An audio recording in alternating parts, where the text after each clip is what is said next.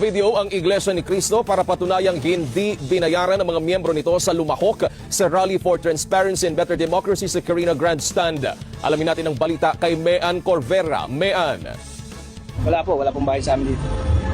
Kami yung nag-usap pumunta rito. Wala pong bayad. Kusang loob, masaya kami. Naglabas ng video ang Iglesia ni Cristo para patunayang hindi binayaran ng mga miyembro nito na lumahok sa Rally for Transparency and a Better Democracy sa Quirino Grandstand. Sa video na inilabas sa INC Broadcast Media Official Facebook page na INC News and Updates, pinabulaanan ng mga INC members na binayaran sila ng 3,000 piso kapalit ng pagpunta sa 3 araw na rally. Iginit nila na nagtungo sila sa Luneta Grandstand dahil sa panawagan ng pamamahala ng Iglesia ni Cristo na magkaisa para magkaroon ng transparency sa investigasyon at papanagutin ang mga nasa likod ng paglustay at pangurakot sa pondo para sa mga flood control projects.